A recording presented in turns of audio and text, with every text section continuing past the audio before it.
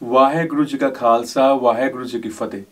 ਅੱਜ ਦੀ ਵੀਡੀਓ ਇੱਕ response video ਹੈ ਐਸ ਐਲਵਿਸ਼ ਯਾਦਵ ਨਾਮ ਦੇ ਬੰਦੇ ਨੂੰ ਜਿਹੜਾ ਕਹਿੰਦਾ ਕਿ ਕਿਸਾਨ ਅੰਦੋਲਨ ਇਜ਼ ਅ ਪੇਡ ਏਜੰਡਾ।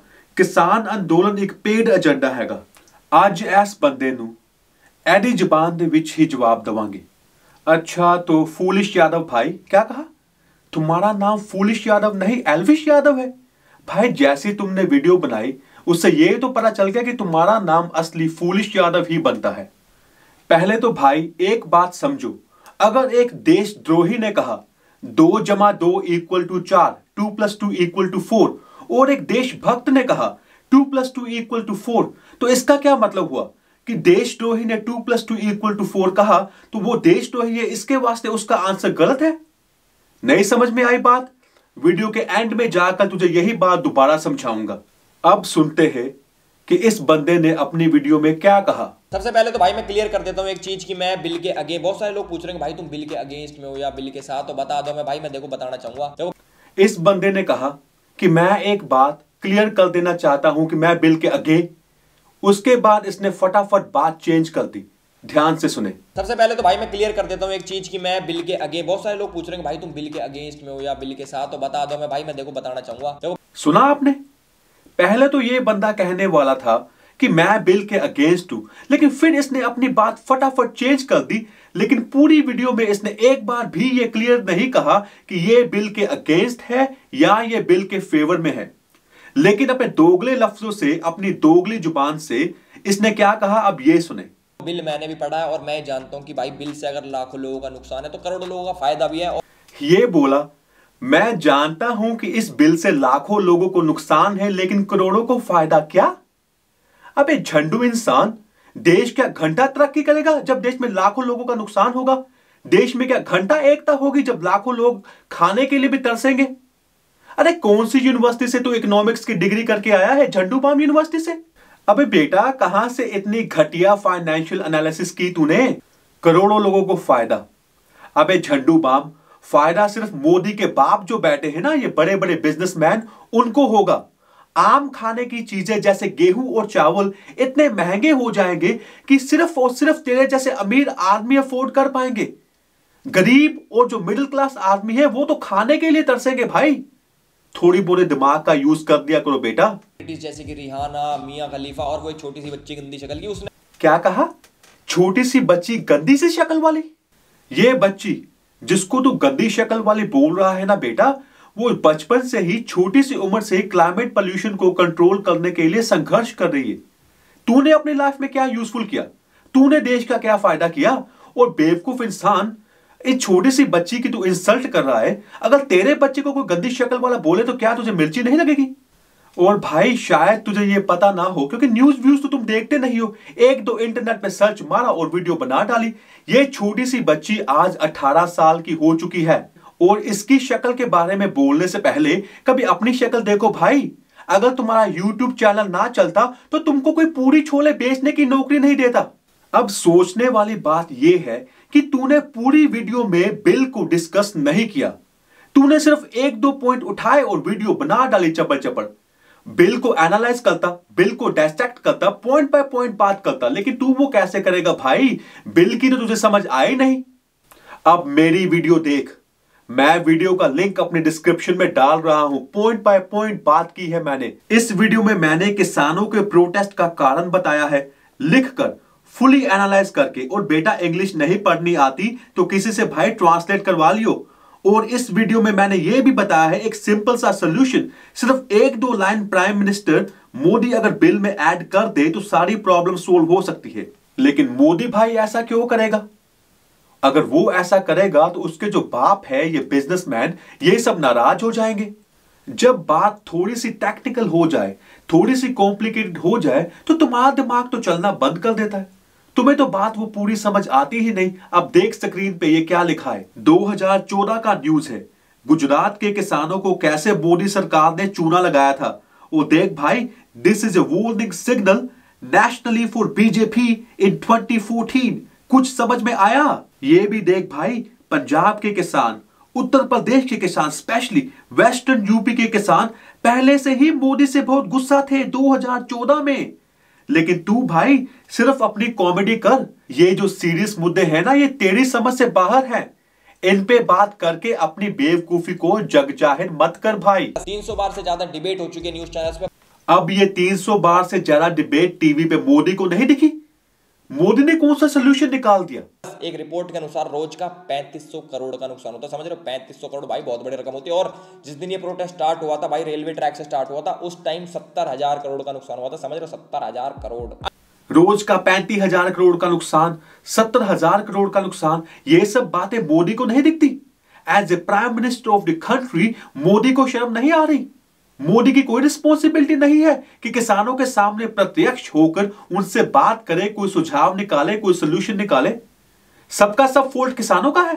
अब बात करते हैं भाई रिहाना के बारे में। रिहाना एक पॉप आर्टिस्ट है और उसका किसानों के साथ तो कोई लेना देना नहीं है। फिर भी भाई उसने ट्वीट कर दिया ह्यूमन राइट्स वायलेशन के ऊपर कि भाई किसानों का ह्यूमन राइट्स वायलेट हो रहा है इंडिया में। बहुत अच्छी बात है, शायद उसको पैसे ज्यादा मिल गए या फिर। अच्छा, रिहाना का किसानों से कोई लेना देना नहीं। और भाई तेरा क्या लेना देना है किसानों से? तूने क्यों ये वीडियो बनाई? रिहाना को पैसे मिल गए ज्यादा? अरे भाई तुझे पता है वो दिन का कितना कमाती है? जैसे ये चाय वाला प्रधानमंत्री है ना, ये हमारे देश का बेड़ा गर्क कर रहा है, वैसे तेरे जैसे नासमझ लोग भी इसके साथ मिलकर देश का बेड़ा गर्क करें। याद है जब मोदी ने टीवी पे बोला था कि हाँ हमारे प्लेन पाकिस्तान के रडार की कैच में ना आए, इसके वास्ते प्लेन बादलों के पीछे छुप कर चले जाते। वाह जी वाह, वो दुनिया के इतने सारे मुल्क हजारों करोड़ों लाखों रुपया खर्च करके एंटी रडार टेक्नोलॉजी बना रहे, लेकिन मोदी भाई बादलों के पीछे हमारे इंडिया का प्लेन छुपा रहे। ऐसा बंदा भाई कंट्री रन करता है। हमारे फार्मर्स बिल में एक लाइन ये लिख रखी है कि सरकार पराली जलाने के सख्त खिलाफ है क्योंकि उससे पोल्यूशन होता है, पर ग्रेटा उसको सपोर्ट कर रही है। तो मैं अब ये समझू कि ग्रेटा भाई पोल्यूशन को सपोर्ट करती है। और भाई लगता है ये पोल्यूशन वाला पॉइंट तेरी समझ में नहीं आया, तो इसके वास्ते ये जो आर्टिकल है इसका लिंक मैं डिस्क्रिप्शन बॉक्स में डाल रहा हूं, इसको ध्यान से पढ़ लियो। अगर ना समझ में आए तो मुझे मैसेज कर दियो, मैं तुझे हिंदी में दोबारा समझा दूंगा। मियां खलीफा तो बहुत सारे लोगों की फेवरेट होगी। भाई देखो मैं आपको बताना चाहूंगा कि मेरा क्या रिएक्शन है। मेरा सच बताऊं तो कोई रिएक्शन नहीं, क्योंकि यार मेरे को प्लास्टिक पसंद नहीं है। प्लस जिसकी सब चीज प्लास्टिक की हो मेरे को वो तो बिल्कुल भी पसंद नहीं है। और उस बेचारी का ओपिनियन तो क्या ही मैटर करता है, वो उसने बहुत जिंदगी में कष्ट झेले हैं, उसको छोड़ देते हैं यार। बहुत बड़े बड़े कष्ट झेले हैं उसने, बहुत बड़े बड़े। समझ रहे हो? समझ रहे हो ना? और भाई जैसा कमेंट तूने मियां खलीफा पर छोड़ा, उसने तो चलो पोर्न इंडस्ट्री को छोड़ दिया, उसने ये भी मान लिया टीवी के सामने, मीडिया के सामने कि उससे गलती होगी ऐसा काम करके। लेकिन भाई तेरी इंसानियत कहां है? जैसा तूने जोक मारा उससे यह पता चलता है कि तू कितना गिरा हुआ इंसान है। किसी की इंसानियत की, ह्यूमन वैल्यूज की तुझे कोई कदर नहीं है। ह्यूमन राइट्स वायलेशन तब भी नहीं हुए थे जब 1990 में कश्मीरी पंडित को घर से निकाल दिया गया था। अबे झंडू बाम, 1990 में इंटरनेट कितना पॉपुलर था? 1990 में यूट्यूब थी? 1990 में क्या ट्विटर था? उसकी वजह से आज का न्यूज ज्यादा पॉपुलर है, इंटरनेट की वजह से। उस जमाने में इंटरनेट नहीं था, तब इसके वास्ते न्यूज को इतना एक्सपोजर नहीं मिलता था। थोड़ी तो अकल की बात कर भाई। क्या इस प्रोटेस्ट में खालिस्तान जिंदाबाद के नारे नहीं लगे? क्या इस प्रोटेस्ट में हिंदुओं से आजादी की मांग नहीं हुई? क्या इस प्रोटेस्ट में शर्जील इमाम की रिहाई की मांग नहीं हुई? भाई क्या चाहते हो? सरकार के सामने आप कुछ भी मांग रख लो, मतलब सही या गलत, तो सरकार आपकी सारी मान ले। आप अब योगराज सिंह की बात करें तो योगराज सिंह ने तो हिंदुओं से माफी मांग ली। अब बात करते हैं खालिस्तानियों की।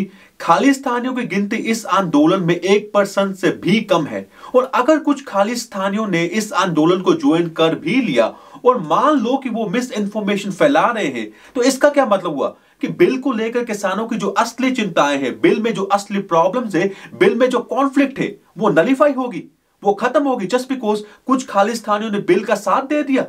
भाई अगर जो असली प्रॉब्लम है, जो रियल प्रॉब्लम है, रियल इश्यू है, वो नहीं खत्म हुआ। रियल इश्यू अब भी यही है, चाहे वो इश्यू खालिस्तानियों ने बाहर निकाला या किसानों ने बाहर निकाला, लेकिन इश्यू तो इश्यू है। अब मेरी 2+2=4 वाली बात समझ में आई? बेटा ये समझो कि real problems and real issues with the Indian agriculture bills are still there. Concerns are still genuine regardless of who says it. और भाई तुझे क्या लगता है खालिस्तानियों के पास इतना पैसा है कि उन्होंने आंदोलन के हर एक किसान को खरीद लिया? सारे के सारे किसान आंदोलन जो कर रहे हैं वो खालिस्तानियों से पैसे लेकर कर रहे हैं। इसके वास्ते तूने पेड एजेंडा की वीडियो बना दी।